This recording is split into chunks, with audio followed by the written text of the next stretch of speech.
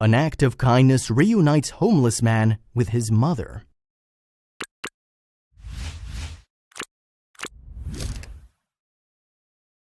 Right now. From the day he was born, Mick Myers' life was full of hardships and disappointments. His biological mom gave him away as a baby. He lost touch with his new family and was fired from his job as a truck driver. With nowhere to go and no one to turn to, Mick found himself living on the streets of California as a panhandler. But one day, his life was completely changed after he was stopped by a police officer who was just doing his job. The police officer not only helped Mick stand on his own 2 feet, but he also helped him uncover secrets about his past. This is the story about how one police officer's actions helped a man discover his true identity. Mick didn't know he was adopted until he was 16. His biological mother gave him away when he was a baby, and he was adopted by the Myers family in California. The Myers already had a few kids, but they wanted an even bigger family. Growing up in San Leandro, California, Mick was a typical shy kid. He was an introvert and usually stayed out of other people's ways. He had a few close friends, played in the Pacifica High marching band, and was generally liked by his peers. To everyone else, Mick's life seemed great. He had friends to hang out with and parents who loved him. However, things at home weren't as perfect as they seemed. Mick was generally quiet and not as outgoing as his friends or other siblings. His adoptive mother gave him lots of love and affection, but she was the only one out of the Myers family that did. Mick was not close to the rest of the adoptive family. In fact, he had a hard time socializing with them and always felt like an outsider. It didn't help that his siblings always ignored him, leaving him to spend most of the time at home alone in his room.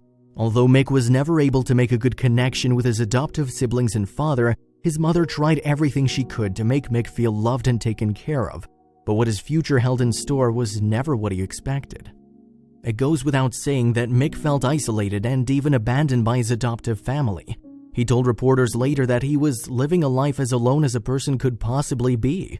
Although he was generally liked in school and made a few friends here and there, Mick never really made any real connections. Then when he was 16 years old, Mick received some surprising news. He found out he was adopted. This turned his whole world upside down. On the one hand, Mick felt as if he finally had an answer as to why his siblings never really liked him or wanted to spend time with him. But on the other hand, it made him feel even more alone than he was before. After finishing high school, Mick lost contact with a few friends he had, and things only kept getting worse from there. He felt like no one loved him and didn't have the support of a family. He wanted to make something of himself, he just didn't know where to start. Then, just when Mick thought things couldn't get any worse, both of his adoptive parents passed away, leaving him completely alone. He lost the only people in the world that actually cared for him. After his parents' death, Mick found himself in a hard position. Within a few days, his siblings completely cut off contact with him. They made sure Mick knew that they were done with him. With nowhere to turn, Mick realized that he was going to have to look after himself from now on. Mick eventually found a job as a truck driver. He was finally able to make some money, put a roof over his head and food on the table. After a rough start, he was finally getting his life back on track. The only problem with truck driving was that it isolated him even more. The long shifts driving from state to state didn't offer many opportunities to meet new people or make new friends. After a while, loneliness crept back into Mick's life. One thing led to another and he lost his job as a truck driver. A lifetime of feeling lost and isolated began to take its toll on him. With no family or friends to turn to, he had nowhere to go but the streets of California. It was hard at first, but Mick adjusted quickly to life on the streets. During his first few years, he made money playing his guitar and singing to people walking on the sidewalk in San Leandro, California. Music was a safe haven for Mick. All of his troubles seemed to disappear when he played, but it became apparent that other people didn't appreciate his talents. Most of the people just hurry by and don't even give me a glance, he explained. This made Mick feel even more alone. Mick tried to get off the streets, but without a support system or outside help, Mick was stuck. He was barely making enough money to eat, and so his life of isolation continued. Days turned into weeks, and weeks became months, and before he knew it, Mick had been on the streets for nearly 3 decades. At some point along the way, Mick started to believe that he was meant to live on the streets. It was the path God chose for him, and he had no way of escaping his destiny. When Mick wasn't playing his guitar for people passing by, he was panhandling next to the highway. That's where he met the police officer who changed his life forever. Deputy Sheriff Jacob Swalwell of Alameda County knew Mick Myers as the homeless guy who begs for money on the highway. He warned him to stop panhandling several times, but Mick always came back the next day. Mick didn't want to bother anyone or cause any trouble, but he was in survival mode. He needed to make money to afford one hot meal a day. Deputy Swalwell noticed that his warnings were falling on deaf ears. It didn't matter how many times he told Mick to stop panhandling, he always returned. Deputy Swalwell realized that he was going to have to push a little harder to get his message across. So one day he approached Mick, intending to write a ticket. Deputy Swalwell asked Mick for an identification card so he could write up a citation. Mick, however, didn't have an ID. I'd given him so many warnings and I asked him for his ID and he said he didn't have one, the sheriff told CBS's This Morning. And I immediately asked, why don't you have an ID? What happened next would change Mick's life forever.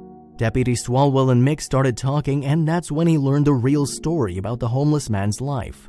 Like many people, the sheriff wrongly assumed that Mick had ended up on the streets after a life of crime or addiction. But after speaking with Mick, Deputy Swalwell quickly learned this wasn't the case. The more the sheriff spoke with Mick, the more he learned about his life. I learned that he was disabled and had been homeless for 30 years. He wasn't an alcoholic, he didn't use drugs, he didn't use tobacco, Deputy Swalwell told CBS. He was just a senior citizen on his own. Mick explained that he ended up on the streets due to an unlucky string of circumstances. Aside from panhandling, he never broke the law and had never been addicted to drugs. He was homeless simply because he couldn't afford rent and lacked a support system. Because Mick didn't have an ID card, he couldn't receive Social Security benefits. So Deputy Swalwell decided to do the right thing and help him get one. The sheriff thought it would be easy to get Mick an ID card. What he didn't know, however, was that the application process was much more complicated than he expected. The first stop on Deputy Swalwell's list was the DMV. Mick explained to the sheriff that he used to have a driver's license from his truck driving days, so it seemed this was the perfect place to start. In order to apply for a driver's license, you need to have any form of ID that has your picture, name, and date of birth. So the two men assumed that since Mick had applied for one in the past, the DMV had all his documents on file. Unfortunately for Mick, the DMV had nothing on file. Decades had passed since he first applied for a driver's license and the DMV had no record of it. Deputy Swalwell and Mick realized they had a long road ahead of them. They now needed to track down all of Mick's original documents, which seemed almost impossible. Since Mick was adopted and homeless, he had no idea where to start, but luckily he was in good hands. Deputy Swalwell was not the kind of man to give up easily. Even though the task at hand was now more complicated than he initially expected, he was determined to get Mick his Social Security benefits and off of the streets. Mick and the deputy quickly got to work. Deputy Swalwell understood that Mick needed proof of residency in the state of California in order to apply for an ID. Since he didn't have a driver's license and the DMV had nothing on file, Mick needed to provide a birth certificate and 2 other documents that proved he lived in California. But he didn't have any of those documents. The only way for Mick to get off the streets was to apply for an ID, but to apply for an ID, he needed proof of residence. It was a catch-22. By now, Mick was used to disappointment. He was ready to give up and return to his life on the streets, but Deputy Swalwell didn't back down quite as easy. The sheriff knew that he could find a way to get Mick his ID, he just didn't know how. So he did what anyone in his situation would do. He called his pastor.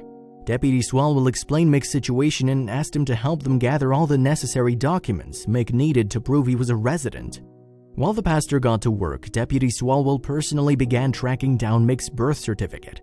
After a long search, he finally got his hands on it and learned something about Mick along the way.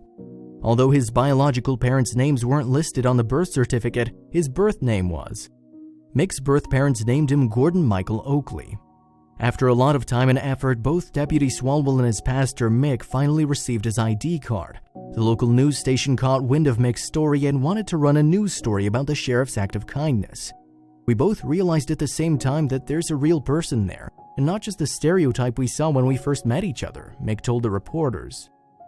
Deputy Swalwell then added, if it's something as simple as helping them just to get back on their feet by getting them an ID so they can get some state or government federal benefits, then it's the least we can be doing as law enforcement officers. Mick's story could have ended there if it wasn't for Mark Askins, a private investigator who saw Mick's story on the news. Mark worked for a nonprofit organization called Miracle Messages, which helps homeless people reunite with their loved ones. Mick's case was a bit more complicated because he was adopted, but Mark decided to take it on anyways.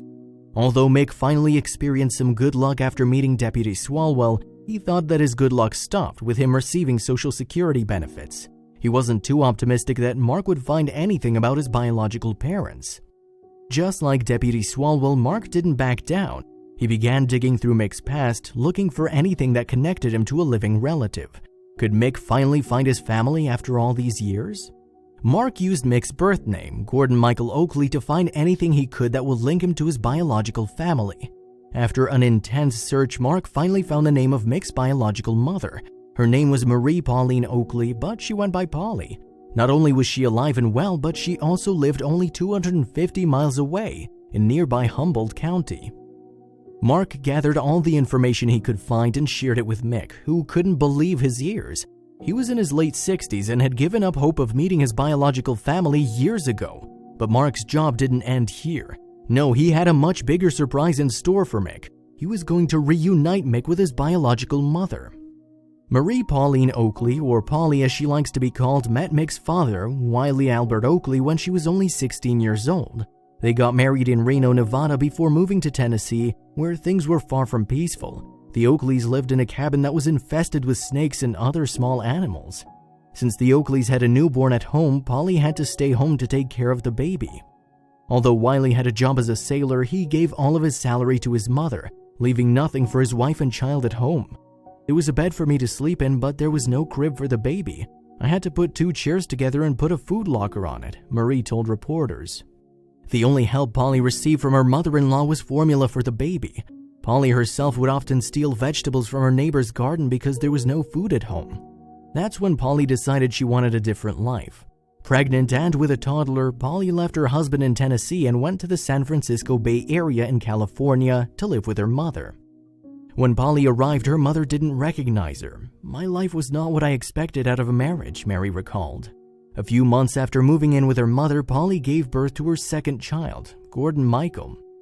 Unfortunately, Polly's problems didn't stop there. When Gordon Michael was only 2 years old, doctors discovered some devastating news.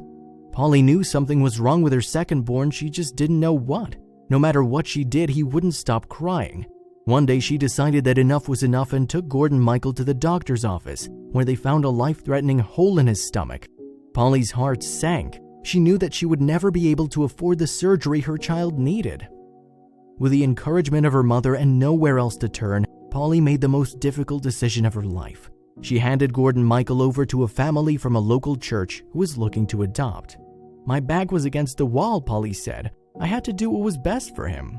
When Polly gave her baby away, she hoped his new family would be able to provide him with everything she couldn't. She always wondered what happened to Gordon Michael, but she never thought that his life would turn out the way it did. Mick had no idea why his biological parents gave him up for adoption, and he'd given up looking for them years ago. The first time Polly and Mick spoke with each other was on the phone. Mick was so nervous that he was fumbling over his words, but Polly was overjoyed. She couldn't believe that after all of these years, she was finally speaking to her son. They spoke for a while, and after 2 weeks, Mick boarded a flight that would take him to Polly. Mick had never flown on a plane before, and he was a little nervous, but Deputy Swalwell and Mark were by his side the entire time. Miracle Messages set up the flight, which was operated by volunteers who were excited to reunite Mick with his mother. When the plane landed, Mick was picked up by a woman who introduced herself as his niece, Shannon. Not only did Mick have a new mother, but he also had a new sibling. During his phone conversation with Polly, he learned that she had not only remarried and had more children, she also had grandchildren and even great-grandchildren. Years after giving up hope and accepting his life in solitude, Mick finally had a big family who loved and accepted him for who he was. What he didn't know was that more good news was on the way. When Shannon pulled into the driveway with Mick, Polly embraced him before he even walked into the house. The only possessions Mick had were his high school yearbook and a new guitar, which was a gift from Deputy Swalwell. Polly was devastated to hear about Mick's life story, but she was happy that they were finally reunited after all those years. "Who'd have thought that something like this could have happened to anybody, let alone me," Mick said. Polly and Mick agreed that they would spend the holidays together before he went back to San Leandro.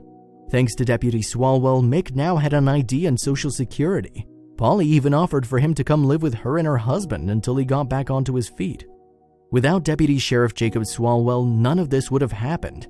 Mick wouldn't have gotten off the streets, nor would he have found his biological parents. The whole experience also changed the way he viewed people in Mick's situation. It would have been easy to dismiss Mick as a burden to society, but the sheriff knew better. "It has opened my eyes to others in Mick's situation," Deputy Swalwell said. Mark agreed and added, "All of us is family, and all of us is somebody's someone." This whole story started with a kind act by one man who went out of his way to help a man in need. What started off as helping Mick apply for an ID turned into Mick locating and reuniting with his biological family, a family that finally accepted him.